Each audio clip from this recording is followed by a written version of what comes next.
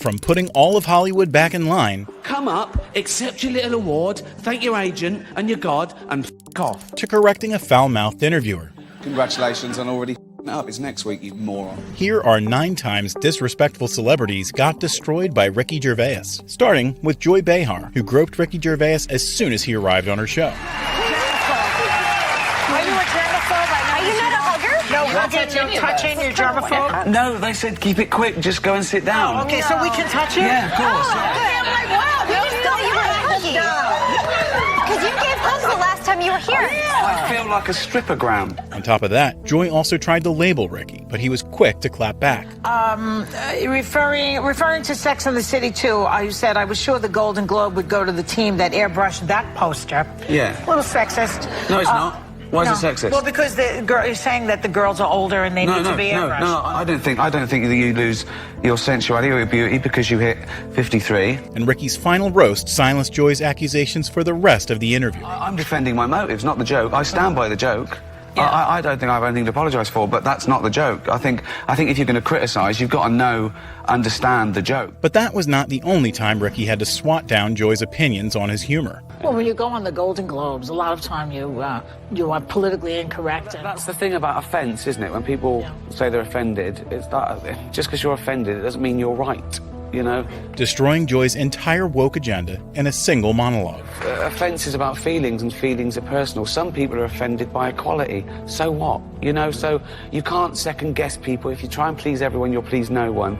With comedy as well, I think you've got to deal with taboos and contentious issues, and sometimes you deal in irony, and some people don't get that. But, you know, you can't legislate against stupidity, otherwise you'll be doing nothing. While Joy got off easily, the same can't be said for Hollywood's celebrities, when Ricky called them all out on television's greatest beatdown ever. First on the chopping block was Felicity Huffman, whose recent college admission scandal had landed her in jail. But you all look lovely, all dolled up. You came here in your limos. I came here in a limo tonight, and the license plate was made by Felicity Huffman. It's her daughter I feel sorry for, okay? That must be the most embarrassing thing that's ever happened to her. And her dad was in Wild Hogs. And then came Leonardo DiCaprio's turn. The Irishman was amazing. Long, but amazing. It wasn't the only epic movie. Once Upon a Time in Hollywood, nearly 3 hours long. Leonardo DiCaprio attended the premiere, and by the end, his date was too old for him. But Ricky didn't stop, even if his jokes made everyone uncomfortable. Tonight isn't just about the people in front of the camera. In this room are some of the most important TV and film executives in the world. People from every background, but they all have one thing in common. They're all terrified of Ronan Farrow. He's coming for you. He's coming for you. And Ricky had no plans to take his foot off the gas. Our next presenter starred in Netflix's Bird Box, a movie where people survive by acting like they don't see a thing. Sort of like working for Harvey Weinstein. You did it. I didn't. You did it. Shut the f*** up. But after finishing with specific celebrities, Ricky put all of Hollywood in his scope. Yeah. So, if you do win an award tonight, don't use it as a platform to make a political speech, right? You're in no position to lecture the public about anything. You know nothing about the real world. Most of you spent less time in school than Greta Thunberg. So, if you win, right, come up, accept your little award, thank your agent and your God, and f*** off, okay? As his monologue came to an end, Ricky also gave the award show its due credit. This show should just be me coming out going, well done, Netflix, you win everything. Good night. But no, we've got to drag it out for 3 hours. You could binge watch the entire first season of Afterlife instead of watching this show. That's a show about a man who wants to himself because his wife dies of cancer, and it's still more fun than this, okay? And in his classic fashion, Ricky dropped one last bomb before he left. Spoiler alert, season 2 is on the way, so in the end, he obviously didn't himself. Just like Jeffrey Epstein. Shut up! I know he's your friend, but I don't care. Just like Ricky humiliated everyone on live TV, Piers Morgan also got clowned on his own show for his nonsensical take on gun laws. Iowa has been giving out gun permits to blind people. Not just partially blind, but completely blind people who aren't allowed legally to drive cars. Well, their constitutional right would be damaged if, and they gave an example of, if they were fully sighted and used a gun, Just because they lost their sight, why should they lose the constitutional right to continue having a gun? And it was enough for Ricky to school peers on common sense. Yeah, well, it's a difficult one, but the short answer is because they can't see what they're shooting. I can't buy a Kinder Egg, you know those little eggs with little toys in? Because it may choke me, so they're a health hazard. Dear America, please let Piers buy a Kinder Egg. but don't let him buy a gun. Just like Ricky called out Piers's absurd take, Rebel Wilson and Ben Stiller were also called out for their eccentric behavior on The Graham Norton Show. It all started when Rebel was sharing a childhood story. We went in like shopping centre talent contests to try to make money. Contest. Yeah. What, just turn up? Yeah, like in the middle of the shops, and like there's a little stage, and like little local kids get up and do an act, and like you might win like $10. And her awkward story only created an open invitation for Ricky to roast her. I never knew you were this weird. Really? No, because you kept it. We worked together for a couple of days. And I know. You're absolutely mental. In a nice way? Yeah. Yeah. But fortunately for Rebel, Ricky shifted his crosshairs when Ben Stiller was discussing a gift he received. And is it true that those prosthetic arms? Yes. Yeah. And when we wrapped that movie, Tom sent me as a gift those arms. What a beautiful in a case. Yeah. I love it. And it's like he's smashing a Diet Coke can in the arms. So What would you use a Tom Cruise arm like that for, though? It's hard to know, isn't it? What good is that? And Ricky couldn't help sneaking in a few more jokes. I collect stuff from movies, some of the stuff, movies I've done, but really mainly Star Trek memorabilia, because I love Star Trek. Oh, such a nerd. But when Ben continued sharing his Star Trek obsession, Ricky pulled his leg one last time. I love the original series, so I have, I have the Gorn head from the original series from the episode Arena, where... I know, I'm just nodding. Oh, the Gorn head. The Gorn head. I have... What the f*** is a Gorn head? While Ricky was just having friendly banter, he wouldn't hold back much for Jonathan Ross, who took shots at Ricky's show from the start. He has just finished a new series of extras. It's frankly, I've seen some of it, it's a shoddy piece of work, but it's redeemed only by a cameo appearance in the final episode. That's right, finally landed the big one. Ladies and gentlemen, Mr. Ricky Gervais! But Ricky was in no mood to let it slide. You've been on this show so many times, it's like you're my sidekick or something here. Yeah. Now, a new show clips. A new series of extras starts this week. Congratulations on getting a second series, essentially, but also...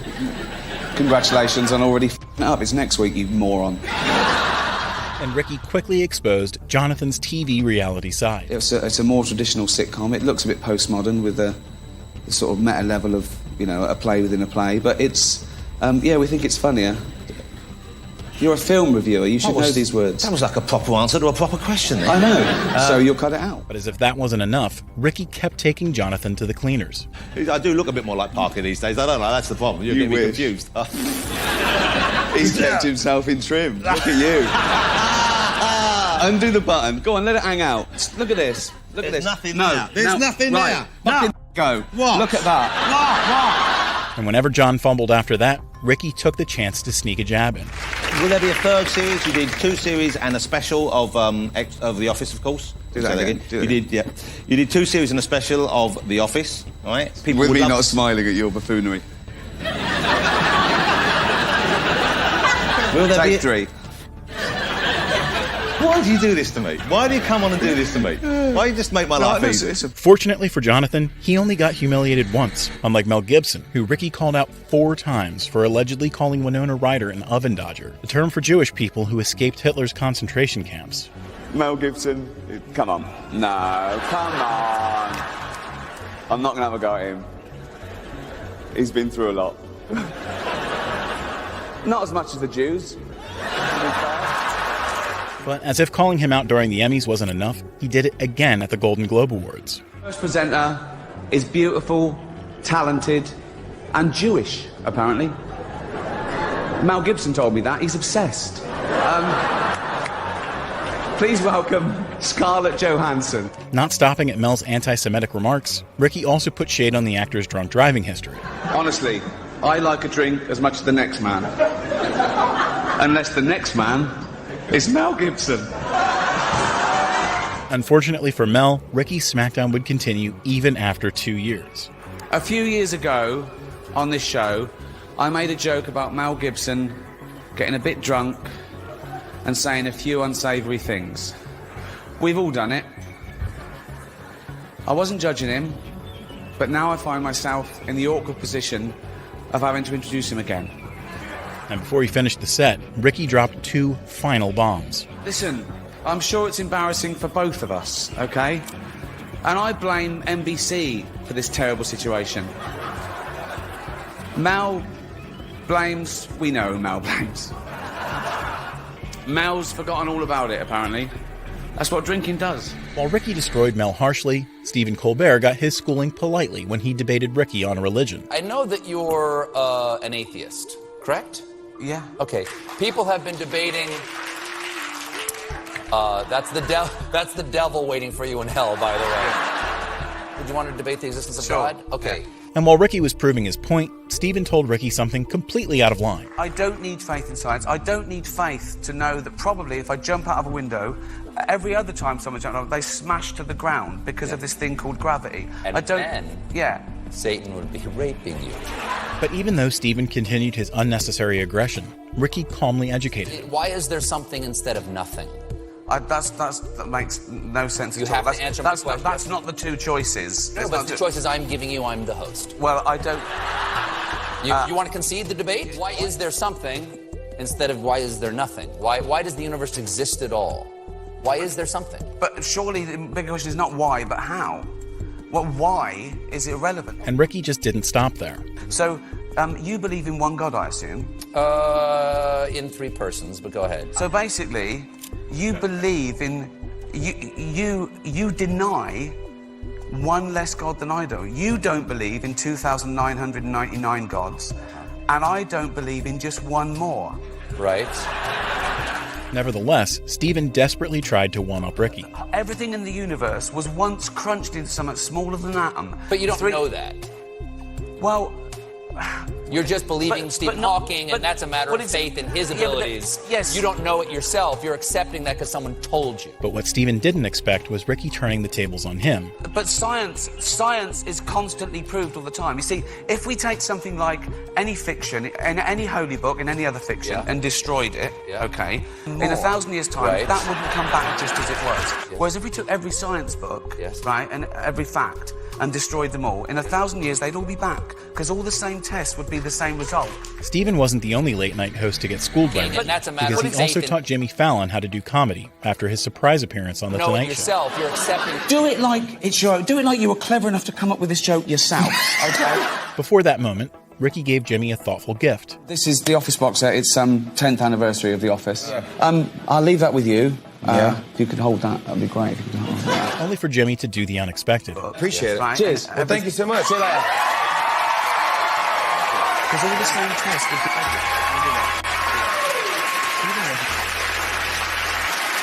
All right, guys. Hey, Nevertheless, Ricky stayed on the set to listen to Jimmy's jokes. Hey, listen to this, you guys. The government is about to release a report on what went wrong during the BP oil spill.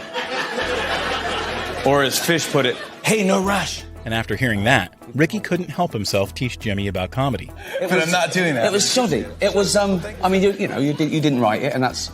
But do it like it's your... Do it like you were clever enough to come up with this joke yourself. And also, it looks dreadful. I mean, you can see you reading it, your little beady eyes are sort Well, it's on cue cards. I have to can't memorize it. You look like a little starving rat who's gnawing. All right. And when Jimmy applied Ricky's tips, his delivery became an instant hit. Show them. Do it Let again. me read it again. Just do it again and do it with a swagger. Do it like you deserve this show. All right, let me try it. Hey, listen to this. The government is about to release a report on what went wrong during the BP oil spill. Or as Fish put it, hey, no rush. Ricky left soon after, but not without dropping one final, subtle jab. That was it? Yeah. Thank you so much. Listen, it's all part of my job. I'm a comedian. See you later. And just like Ricky educated Jimmy on his own show, he also roasted Hollywood and the Golden Globe Awards on its own stage. Tonight, you get Britain's biggest comedian hosting the world's second biggest award show on America's third biggest network. So, it's four. It's four. And Ricky's next line humiliated two birds with one joke. The Golden Globes are to the Oscars what Kim Kardashian is to Kate Middleton, basically. What? Bit louder, bit trashier, bit drunker. Press Association. And more easily bought. Comedian. But when Kim was done getting blasted, Justin Bieber's turn came next. Other celebrity scandal. Justin Bieber nearly had to take a paternity test. What a waste of a test that would have been. No, he's not the father.